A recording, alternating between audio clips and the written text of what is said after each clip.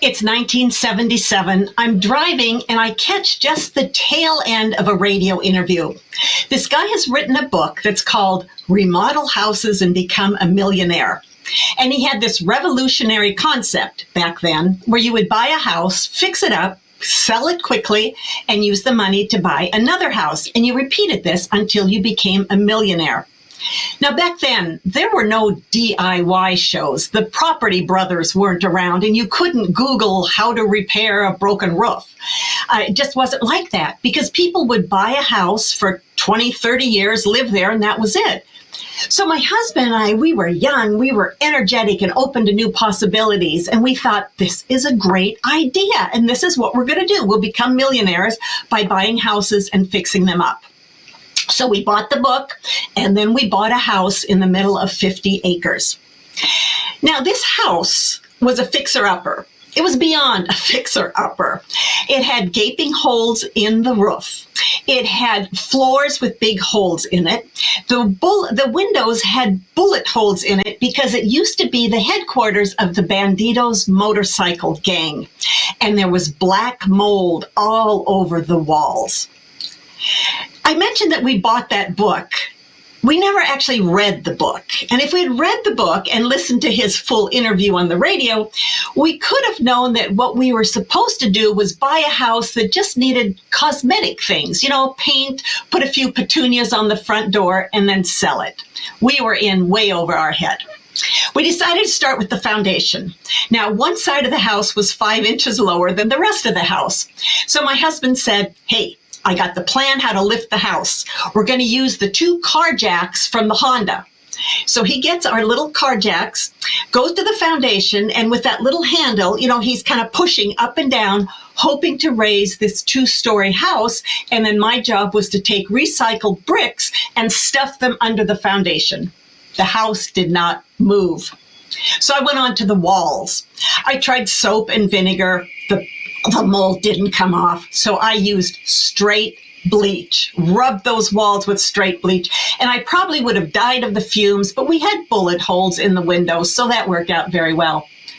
We also had well water. Now, I've never used a well. I just assume you turn on a faucet and clean water comes out. But our water always was this murky brown.